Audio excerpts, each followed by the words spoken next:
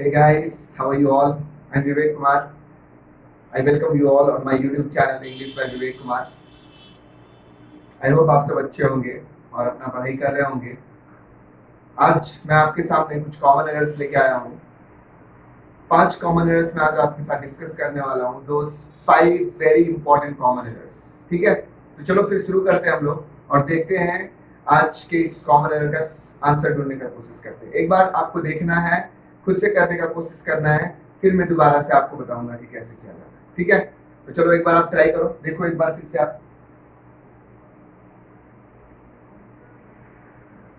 This is question number 1, question number 2, question number 3, 4 and 5। ये 5 questions हमने लिखे हैं।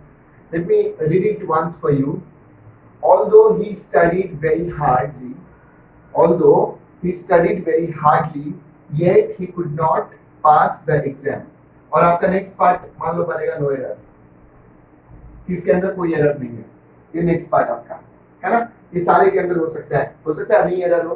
भाई जितने भी क्वेश्चंस हमारे एग्जाम में पूछे जाते हैं उसमें 5 क्वेश्चंस अगर लेट से पूछा जा रहा है तो जरूरी थोड़ी है कि 5 के 5 में हमारा कॉमन एरर बनेगा कुछ ना कुछ। गेटिंग? देखो एक बार ट्राई करो, फिर मैं आपसे बात भी करना मुझे। अच्छा, एक चीज तो आपको पता होगा कि ऑल्दो के साथ हम लोग येट का इस्तेमाल करते हैं। ऑल्दो के साथ कंजंक्शन ऑल्दो जहां पे भी आता है हम लोग येट का इस्तेमाल कर सकते हैं, लेकिन कुछ सर्टेन कंडीशंस हैं जहां पर उसका इस्तेमाल नहीं किया जाएगा। मतलब ऑल्दो के साथ येट का इस्तेमाल नहीं किया जाएगा। सबसे पहला कंडीशन तो ये है कि अगर कॉमा से सेपरेट कर दिया जाए। आप ध्यान देखेंगे यहाँ पे कॉमा लगा हुआ है।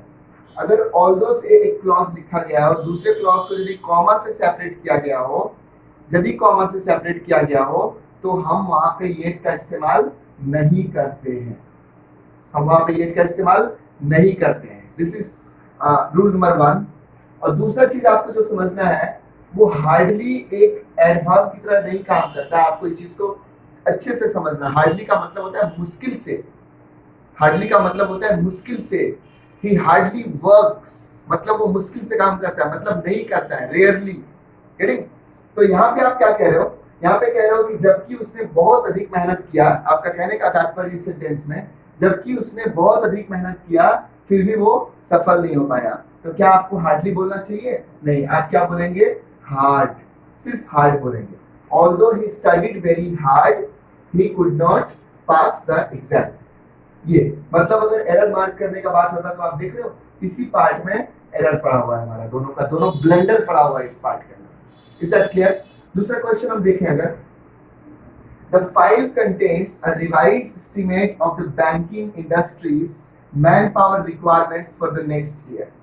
अच्छा, एक चीज, आप फाइल का बात कर रहे हो, फाइल में या डब्बे के अंदर या थैले के अंदर या पैकेट में या किसी बुक में कोई चीज कंटेन किया जाता है, रखा जाता है उसके अंदर, और वो कंटेन का स्पेलिंग होता है CONTAIN।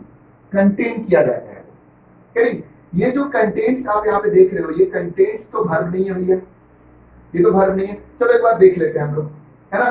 कंटेंट्स का मतलब होता है जो आप बुक में देखते होंगे, सबसे बुक के शुरुआत में आपका कंटेंट्स लिखा हुआ रहता है कि इस बुक में कौन कौन से चैप्टर्स दिए हुए हैं, यानी कि उस बुक में क्या क्या कंटेन करता है, वो कंटेंट्स होता है, वर्ब नहीं है वो। Okay, the file a revised estimate of the banking industries manpower requirements for the next year.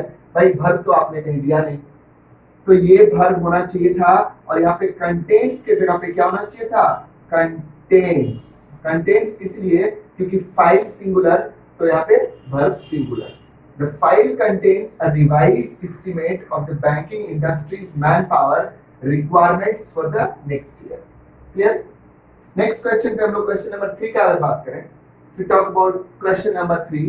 आपको देखना है, I was grateful, मैं grateful था, thankful था, आभारी था, to him, उसके प्रति, for the help, उस मदद के लिए, that he had extended to me। आपको पता होगा, I would like to extend my thankfulness to XYZ, ऐसे बोलते हैं आप कि मैं एक्सटेंड करना चाहूंगा किसी के प्रति आप एक्सटेंड करते हैं, है ना। तो फॉर के जगह पे यहाँ पे क्या हुआ? टू। एक चीज आपको ध्यान रखना है, एक्सटेंड टू आप ध्यान रखेंगे। कि एक्सटेंड के साथ प्रीपोजिशन टू का इस्तेमाल किया जाता है, ये चीज आपको ध्यान में रख लेना है, ठीक है। तो यहाँ पे इस फॉर के जगह पे टू का यूज होना चाहिए था, ये हमारा फॉर एरर था, बाकी सब चीज बिल्कुल सही है। धीरे धीरे जब मैं आपको ग्रामर पढ़ाऊंगा तो आपको खुद दिखने में समझ में आ जाएगा कि ये क्यों सही है, कैसे सही है, वो सब चीजें आपको पहले noun, pronoun, voice, narration, verb, ये सब चीजें क्लियर करने होंगे।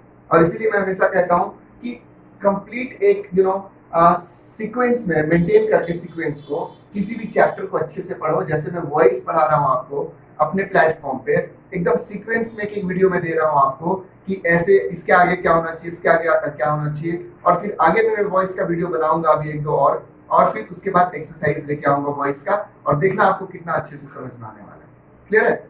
वैसे ही आपको नाउन पढ़ना चाहिए, वैसे ही आपको प्रोनाउन पढ़ना चाहिए, वैसे ही वर्ब पढ़ना चाहिए, वैसे ही एडजेक्टिव पढ़ना चाहिए। भाई ये 4-5 टॉपिक आपने कमांड कर लिया तो फिर आपका प्रॉब्लम नहीं रहेगा। प्रॉब्लम इसलिए है, समझ में इसलिए नहीं आती है बातें, क्योंकि आपने किसी भी चैप्टर को सीक्वेंस में नहीं पढ़ा, अच्छे से नहीं पढ़ा है, सिस्टमैटिक तरीके से नहीं पढ़ा। थोड़ा यहाँ से पढ़ लिए, थोड़ा वहां से पढ़ लिए, थोड़ा वहां से पढ़ लिए, दो यहाँ से रूल सीख लिए, दो वहां से सीख लिए, नहीं होता है ऐसे में। कोई सब्जेक्ट नहीं होता, आपको पता है ये चीज बहुत अच्छे से, ठीक है। तो चलो आगे।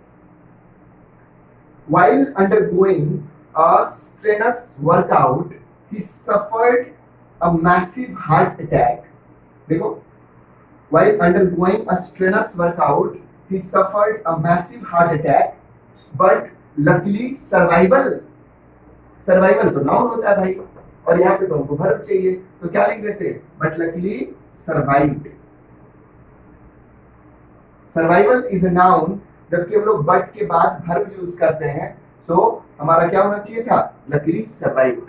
कहता है कि जब वो जा रहा था वर्कआउट में, है ना, स्ट्रेनस वर्कआउट में, तो उसको बहुत बड़ा एक मतलब बहुत खतरनाक बड़ा सा हार्ट अटैक आया, बहुत जबरदस्त हार्ट अटैक आया, लेकिन भाग्य से वो सर्वाइव कर गया, मतलब बच गया, जिंदा हो गया, रह गया। Now if you talk about question number 5, people express their expectations that their leaders should not resorting to corrupt practices. लोग कहते हैं कि लोग अपना expectations जो है, अपने जो hopes है, expectations हैं, है ना, उसको express करते हैं, वो बताते हैं कि उनके जो leaders होते हैं उनको corrupt practices में अपने आप को involve नहीं करना चाहिए, ऐसा वो expect करते हैं अपने leaders से, जबकि ऐसा होता नहीं है हमारे यहाँ, है ना। नेपोटिज्म और करप्शन तो भरा हुआ है। फिलहाल अगर मैं ध्यान देने योग्य बात करूं तो आपको हमने कई बार बताया है, वॉइस पढ़ा रहा था मैं, उसमें भी बताया कि आपका जब भी कभी भी मॉडल ऑक्सिलरी यूज करेंगे आप, तो इसके तुरंत बगल में एक वर्ब वन आना चाहिए। मॉडल के साथ एक वर्ब वन का इस्तेमाल किया जाता है। ये देखो मॉडल ऑक्सिलरी है कि नहीं। अच्छा, मॉडल ऑक्सिलरी को नेगेटिव क्या नहीं है, क्या दिक्कत है? हम इज लिखे या इज नॉट लिखे, फर्क क्या पड़ता है भाई? वही बस पॉजिटिव नेगेटिव का डिफरेंस है। तो मॉडल ऑक्सिलरी के बाद ये आईएनजी फॉर्म आएगा क्या? आईएनजी फॉर्म आएगा क्या? आप खुद बताओ। ये तो एक वर्ब फोर हो जाता है ना, आईएनजी अगर रहेगा तो वर्ब फोर हो जाएगा। तो हमको एक V1 चाहिए, तो हमने एक V1 बना दिया, और द क्वेश्चन इज बिल्कुल वेरी करेक्ट। करेक्ट।